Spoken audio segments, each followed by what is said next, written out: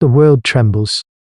Kel feels it first not in his ears but through the soles of his feet, a deep resonant shudder that climbs the bones of his legs. He presses his palm flat against the sun-warmed granite of the overlook, and the vibration is there to a persistent rhythmic pulse, the heartbeat of a god stirring in its sleep. Below, the river valley stretches out a slash of green and brown under a hazy sky. Nothing moves but the wind combing through the giant ferns. Yet the trembling grows a lull from that is becoming a sound, the kind of sound that suggests the world is coming undone. It is the signature of the Great Migration, the annual cataclysm that reshapes their small corner of this prehistoric world. He is a scout, and his discovery is a death sentence for the valley's tranquility. He scrambles down from the rocks, his powerful Australopithecus limbs finding sure holds where a taller, minus adapted creature would fall. He runs through the cycad forest, the percussive hum now a constant companion vibrating in his chest. Back in the clan's shelter, a deep overhang of rock at the base of a cliff, the others feel it too. They are a small band, 20-3 souls, their existence a flicker of warmth in an aged giant. The old woman Alara, whose face is a map of droughts and famines, looks up from grinding roots. Her eyes clouded with age are fixed on the cave mouth, listening not with her ears but with the wisdom of 60 seasons. Geo, the lead hunter, grips the sharpened femur he uses as a spear, a prime example of their osteoid, ontocratic technology, his knuckles white. Kel bursts into the clearing, breathless, his chest heaving. He needs no words. His wide, terrified eyes are enough. The clan gathers a tight knot of anxiety. Elara rises slowly, leaning on a staff of polished ironwood. She speaks, her voice a dry rasp of thunder minus heard. They come early this year. This is the great challenge of their lives, an event that defines their calendar. The herd dynamics of the Triceratops migration are a force of nature, an avalanche of flesh, horn and carrot. I know you a speak that will scour the valley clean. Survival depends on the choice made now. We have two birds. Alara continues, her gaze sweeping over the faces of her people, these early humans caught in a time of monsters. We climb to the high ridges, to the dead peaks. The herd cannot follow. We will be safe, but we will find only bare rock and wind. We will starve slowly. She pauses, letting the weight of that future settle. Or we follow in their wake. We walk through the dust and the destruction, a dangerous path. The great horns churn the soil, exposing roots and grubs. They crush the slow, leaving meat. But the chaos also calls to the great hunters, the shadows that feed on the storm. She looks directly at Gor. The river of horns can drown us, or it can carry us to new shores. We must now decide if we are stones or if we are the clever fish that swims in the flood. The choice hangs in the trembling air, a slow, certain death from hunger, or a quick, violent one in the jaws of the predators drawn to the moving feast. Gor slams the butt of his femur spear into the dusty ground. We follow. The decision is made not by consensus but by the stark acknowledgement of reality. To starve on the peaks is a choice for the dead. To face the chaos is a choice for the living, however brief that life might be.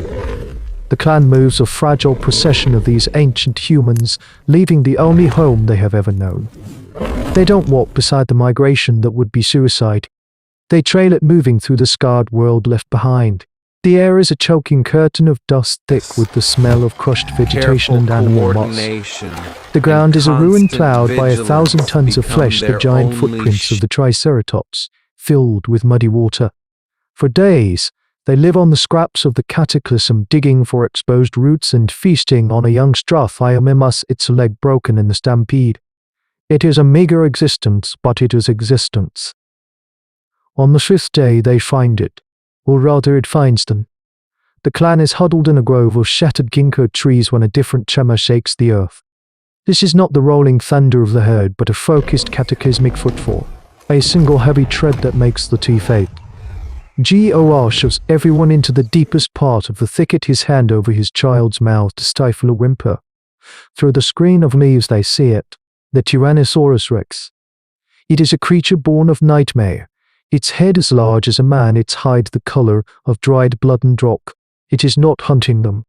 It pays them no more mind than it would a colony of ants. Its entire being, the predatory focus of 60 million years of evolution, is fixed on the flank of the endless Triceratops herd. It is an ambush predator of unimaginable scale, and migration is its larder. They watch, frozen in a state of prime alarm terror, as the beast explodes from its cover. It moves with a speed that seems impossible for its size, a blur of muscle and teeth. It slams into a sub-adult Triceratops, a creature that would have been a walking mountain to the clan, and bowls it over with sheer kinetic force. The bellow of the horned dinosaur is cut short by a sound like a tree splitting in a storm, the crunch of its massive ribcage. The T-Rex stares out a chunk of flesh, swallowing it, whole, its yellow eye impassive and cold. The herd thunders on, heedless of the loss.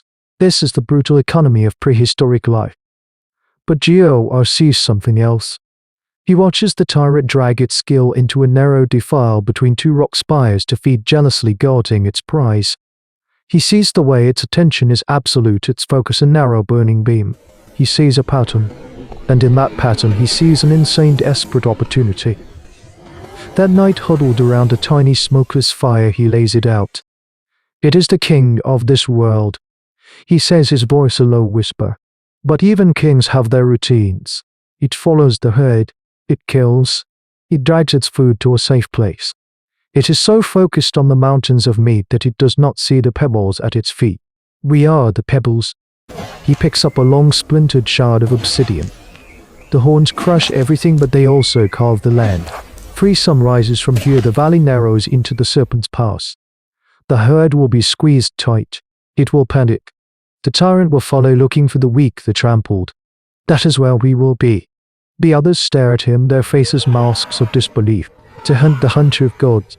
It's madness, but Alara, listening from the shadows, nods slowly. This is the essence of their struggle, a turning point in hominid history. They are not the strongest, not the fastest. Their only weapon is the mind. We will use the river of horns as our spear. Geo finishes, his eyes glinting in the firelight. We will use the panic of the Triceratops to break its legs. And the feast that follows will see us through the long dark. The emotional turning point is reached. Fear is burned away by the cold fire of audacious, intelligent resolve. The Serpent's Pass is a wound in the earth, a place where the valley's walls close, enforcing the river of horns into a churning, panicked bottleneck. For 2 days the clan has worked without rest, their hands raw, their muscles screaming.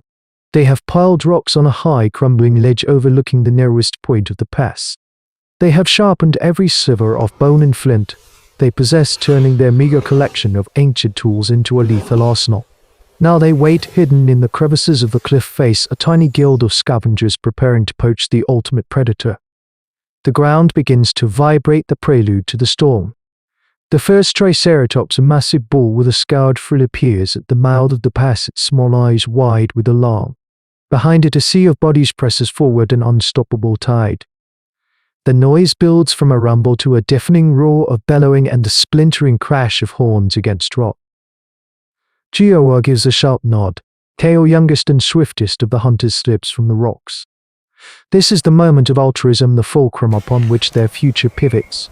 Here's the bait. He sprints into the open, a fragile, fleeting figure against the backdrop of geological time.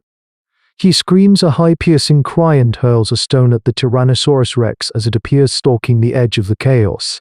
For a terrifying second, the great beast ignores him. Its world is filled with 1,000-pound slabs of walking meat. But Kale is persistent in that buzzing at a god. He throws another stone, this one striking the tyrant just below its massive eye. The head, larger than Kale's entire body, snaps down. The yellow eye focuses. It moves him.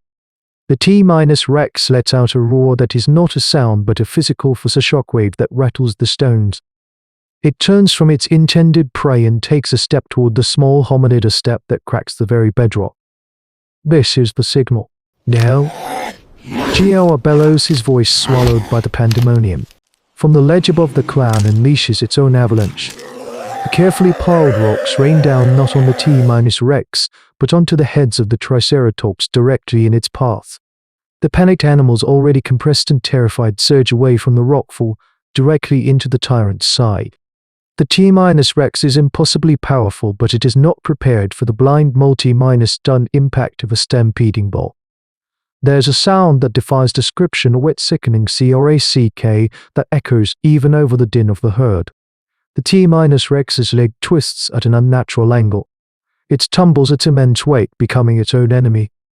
It crashes to the ground, a fallen god, its roar of fury now laced with the shriek of agony. The herd thunders past, trampling, goring, and breaking the fallen king in their mindless flight. By the time the last of the herd is gone, the tyrant is a broken, witching ruin, but it is still alive. The clan descends, their faces grim. There is no triumph here, only the grim necessity of their survival skills. They move as one, a silent, disciplined unit, warming the crippled beast and driving their spears into the soft flesh of its throat and the unprotected gastrolia of its belly, until at last the great yellow eye glazes over and the tremors of prehistoric life cease. As the last tremor of the great migration fades into the earth, a profound silence settles over the blood-minus soaked pass. The clan stands over its victory not with pride, but with the exhausted reverence of those who have stared into the abyss and spat back. This kill is more than just meat that will last them through the coming seasons. It is a fundamental shift in the order of the world. Here in this dusty ravine, a chapter of paleontology is written in blood and courage. These human ancestors, armed with nothing but splintered bone and a spark of brilliant, desperate foresight, did not merely survive a monster. They harnessed a force of nature to slay a god, turning the planet's own brutal mechanics against its apex predator. They proved that the defining weapon of the coming age would not be to Thor claw armor, but the coordinated power of the thinking mind. Their gamble, this audacious refusal to cower at the bottom of the food chain, is the echo that still resounds in our own marrow. It is the primal source of the audacity that would one day lead their descendants to map the stars and split the atomal legacy born from a hard choice to hunt a Tyrannosaurus Rex in the shadow of a living avalanche. In the chronicles of survival, the greatest monsters are not always the ones with the largest teeth, but the ones that inspire the greatest courage. But a threat that cannot be seen is the most dangerous of all.